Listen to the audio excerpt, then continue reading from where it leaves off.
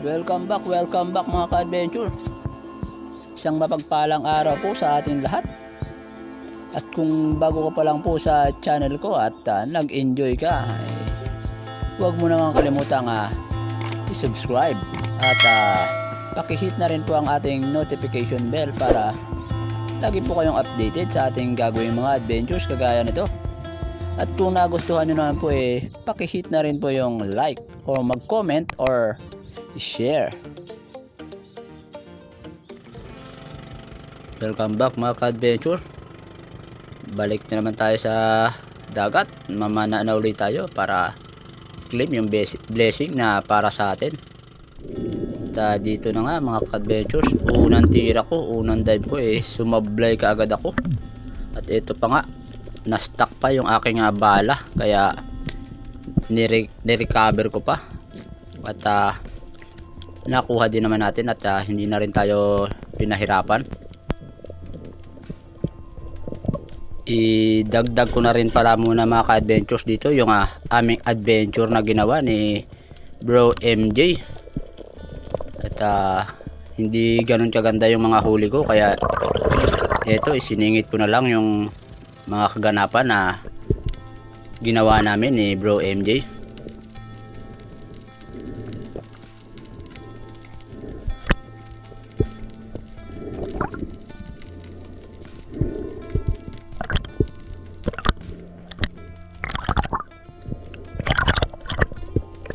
Marami sanang bait fish sa pinuntahan namin ni Bro MJ na spot, kaya lang walang agos nung panahon na yan, kaya wala kaming nakitang pelagic o kahit man lang talakitok o mga tribali. Second spot kami mga ka-adventure.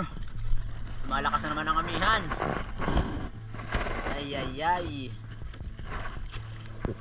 At dito mga ka-adventures, paglipat namin sa panibagong spot, meron akong narinig na napakalakas na putok sa ilalim. At umiral na naman pala yung mga kaputok dito.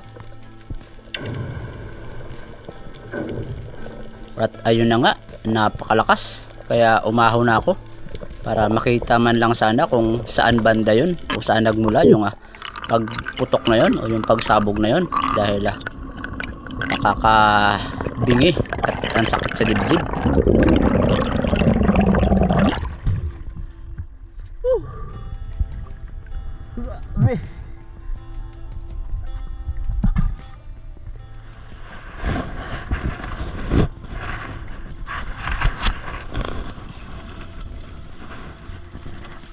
Tayo spot mga ka-adventure. Isa pa rin ang huli ko, hindi pa rin ako nakadagdag. Mabuti pa si Bro and JB, nakadali na.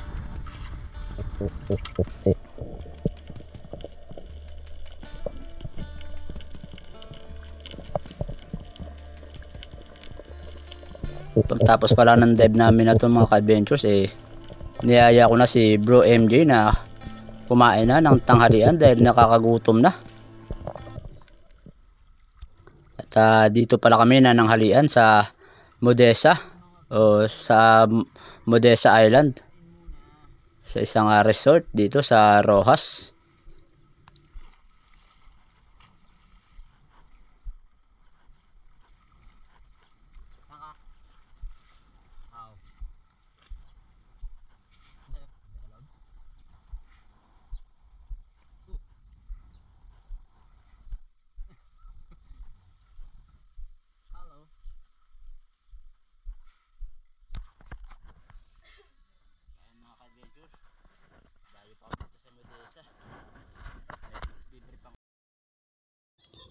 Ikinat ko pala yung background dyan mga ka-adventures dahil nagpapatugtog yung mga stop ng Modesa, dahil baka makopyright tayo, sayang naman yung video natin.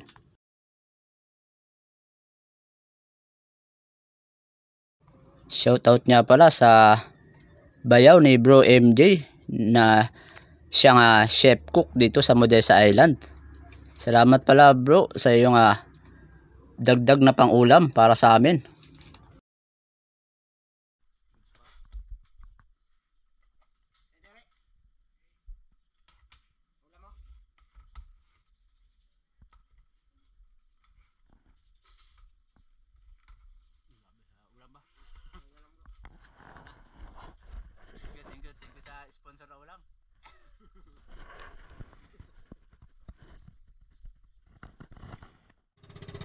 At pagkatapos pala namin kumain at nakapagpahinga na rin, dumiretso na kami sa panibagong spot o sa huling spot na aming pupuntahan ni Bro MJ.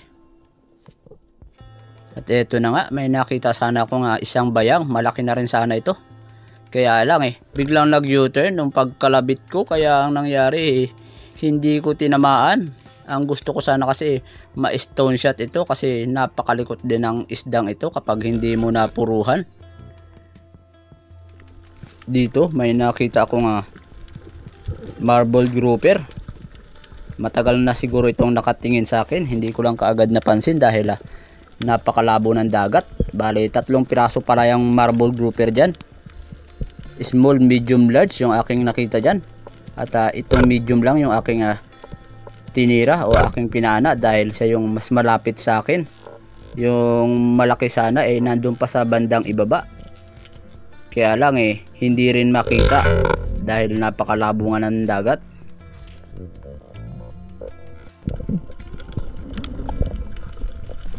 At hindi ko na sinta ng maayos mga ka-adventures. Ang taas pala ng patama natin. Alanganin talaga ito.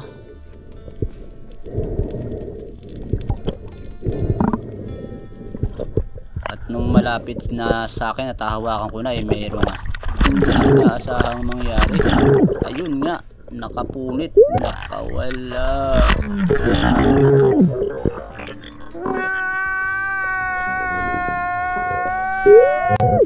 At syempre mga ka-adventures, sinundan ko siya kung saan siya pumasok na butas. Kaya eto, nakuha para natin at hindi na sayang. At nakadungaw kasi sa butas nung nakita ko, kaya napaganda na yung tama na headshot na natin. Pagkatapos ko palang ma-secure yan mga ka-adventures, nagyaya na ako kay Bro MJ na magdahan-dahan na kami pabalik sa bangka dahil hapon na rin. At nakadagdag lang ako ng Spanish flag snapper at isang samaral mga ka-adventures at naghang na yung ating camera, ang ating GoPro.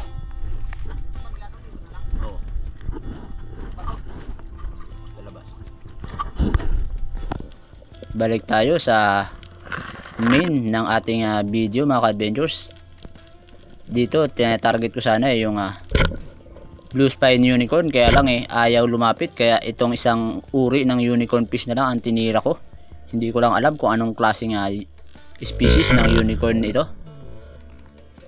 At sinigurado ko na rin ang aking pang-ulam dahil mahirap na walang maiuwing pang-ulam, kahit man lang sana pang-ulam, kahit hindi tayo makakuha ng pambenta.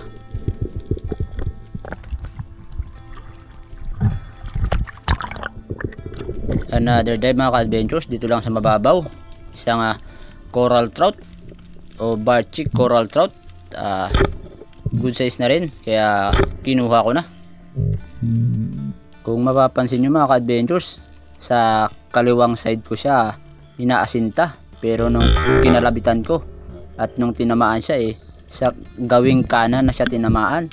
Ganun kabilis yung reflexes ng isdang ito, kaya kung titirahin mo talaga siya dapat nakaharap sa iyo, wag yung nakatagilid dahil maari mong hindi tamaan sa sobrang bilis kumilos ng isdang ito.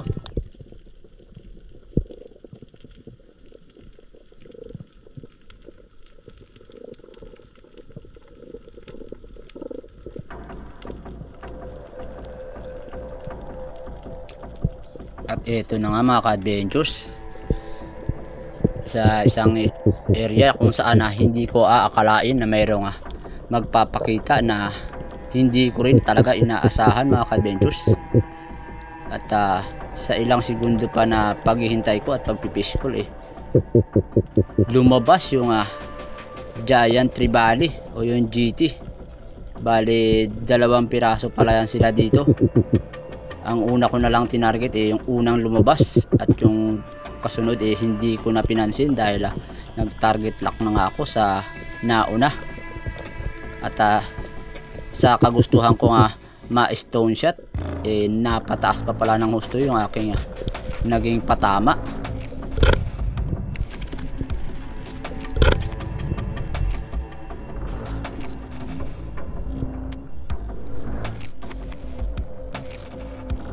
magkahalong saya at kaba ang aking nararamdaman mga ka-adventures.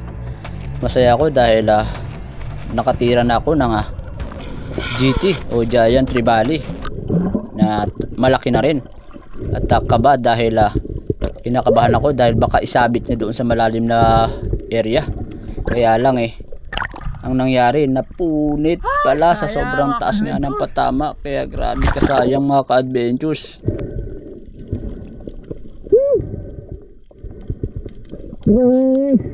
Tanggapin na lang mga ka-adventures.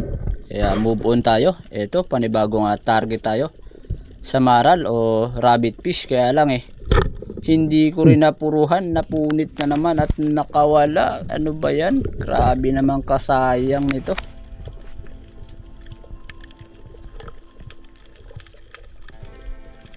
At ito mga ka-adventures, panibagong target na naman.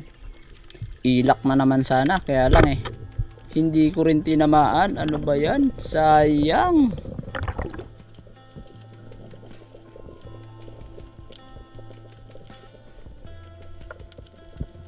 Panibagong pagsisid at pag-ambush mga ka-adventures.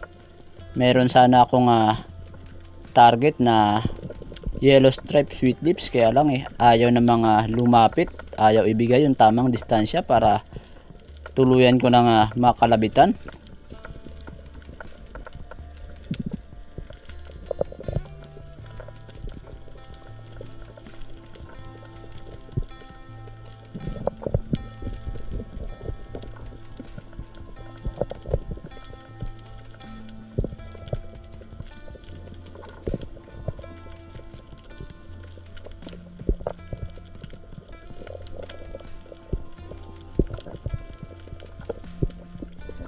At dito mga ka-adventures, binalikan ko yung butas kung saan ko nakitang lumabas yung 2 pirasong GT.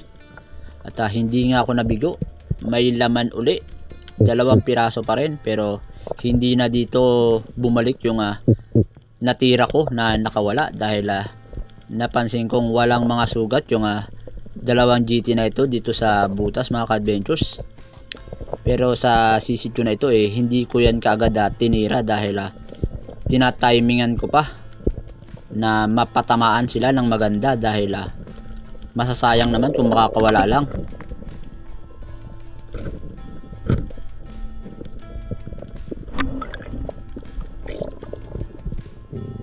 Ilang beses ko rin itong binalik-balikan mga ka-adventures at hindi ko rin agad tinira ang isda na ito dahil talagang hinanapan ko ng magandang timing o magandang patama sa isdang ito mga ka-adventures, para hindi na ako pahirapan dahil pag hindi ko napuruhan maaring ipulupot niya yan dyan sa loob ng butas na yan. At maya maya pa pumasok na uli yung isa, lumabas pala siya kanina yung isang GT na ito mga ka-adventures. At talagang hinanapan ko na ng magandang timing at hinintay ko na umikot pa uli ng isa pa yung malaki. Kaya nung hanapan ko na ng magandang timing at siyempre tinira ko na at ayun, maganda naman yung patama. Hindi nga lang tumagos yung flapper o yung sima, pero maganda yung patama mga ka-adventures at hindi na rin nakapanlaban yung isdang ito. Nahila ko rin siya pataas pero ingat na ingat ako dahil baka nga mabunot yung ating bala dahil hindi pa tumagos yung ating sima o yung flapper. Bahagyang sumabit pa nga yung kanyang ulo at hindi ko yan masyadong pinupwersa ng paghila mga ka-adventures. Dahan-dahan lang yung paghila ko para sigurado ako na hindi mabubunot yung bala dahil hindi nga nakatagos yung flapper o yung sima.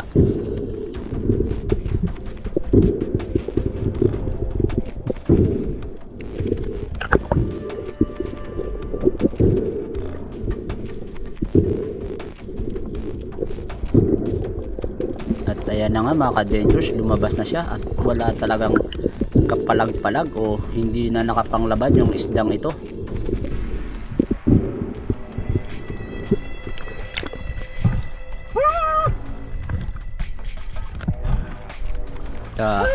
Nung naiangat ko na bago ko lang pinatagos yung bala o yung sima para sigurado nang hindi makawala kung sakali mga makapalag pa yung isdang ito o makapanglaban pa, para secure na.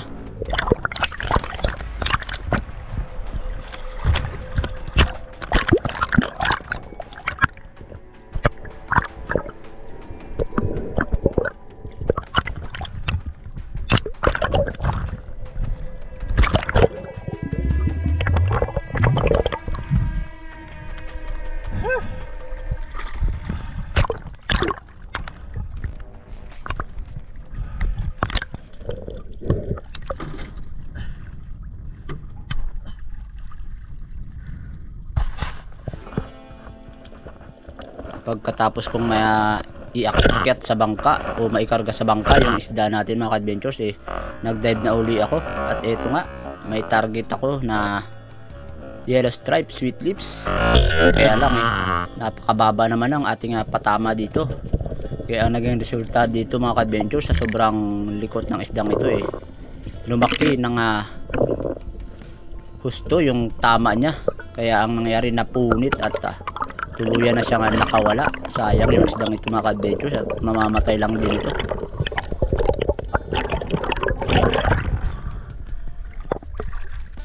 At matapos yung mahigit kalahating oras ko na pagsisid-sisid, paghahanap ng panibagong target, sinubukan ko balikan uli yung butas kung saan ko napana yung GT.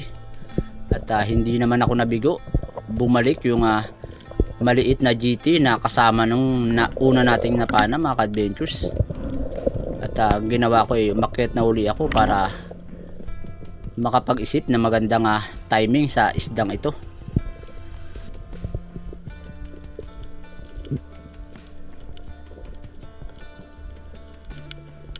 Yung butas na ito mga ka-adventures, sadyang bahayan talaga siguro ng mamsa. At ngayong araw ko lang ito na kita mga ka-adventures, ngayon ko lang ito natuklasan na may ganito pala dito sa spot na ito.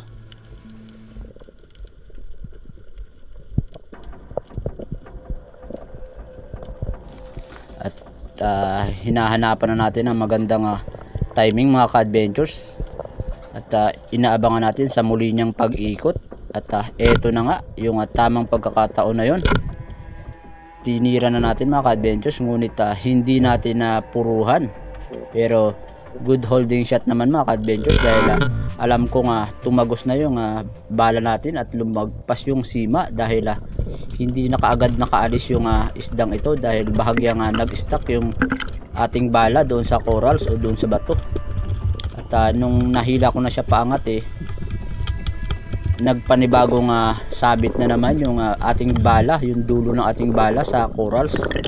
At nung nakaalis siya doon sa pagkakasabit na yun, ayun na, nanlaban na, pero hindi na ganun kalakas, dahil medyo nainda niya rin siguro yung patama sa kanya, kaya hindi na masyadong nakahila pa ng line. At eto na nga, dahan-dahan na lumulutang yung isdang ito. Bago ang lahat mga ka-adventures, shoutout na lang po muna tayo kaya Tarzan and Palawan, Dennis De La Cruz in family from Naik, Cavite. Kaya Gabs Gab idol, baka hindi mo tinapos yung video na pinanood mo kay Kababaw TV. Siyempre bro, magsabi ka lang kung kailan mo gusto dumayo dito. Kaya Jirek Mera Flores, shoutout pa kay Joseph Agdon. Madaya ka bro, hindi ka nagyaya na pupunta pala sila Joy Adventures dyan sa iyo sa Dumaran at sa Araceli. Di sana kasama ko nag-viral. At syempre hindi natin yan pwedeng kalimutan si Ma'am Rosana Villahermosa ng Davao City. At paulit-ulit na nanonood ng ating mga ina-upload na video.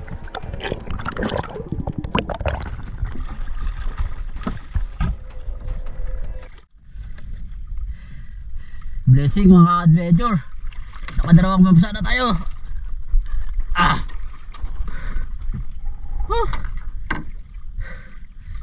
Panalo mga ka-adventure.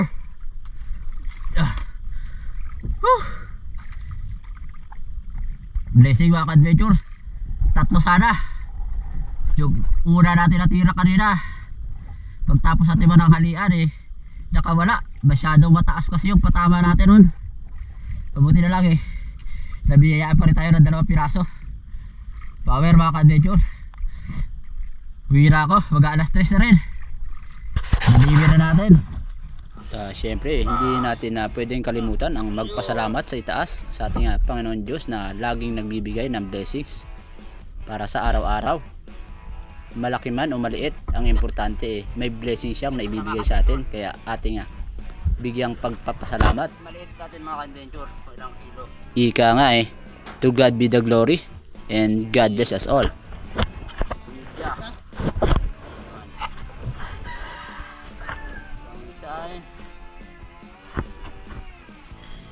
Mga ka-adventure, 7 kilos.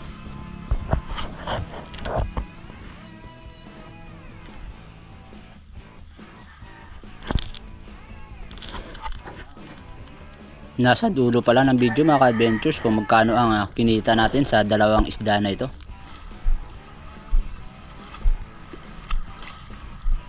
Parking na natin maayos mga ka-adventure yung bangka natin. Matimbang na rin yung isda. 130 ang kilo mga ka-adventure.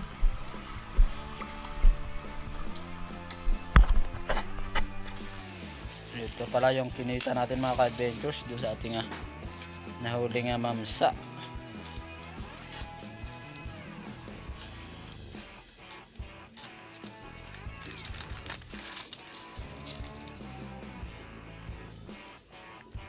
Bale 18.5, 130 per kilo, 2,405.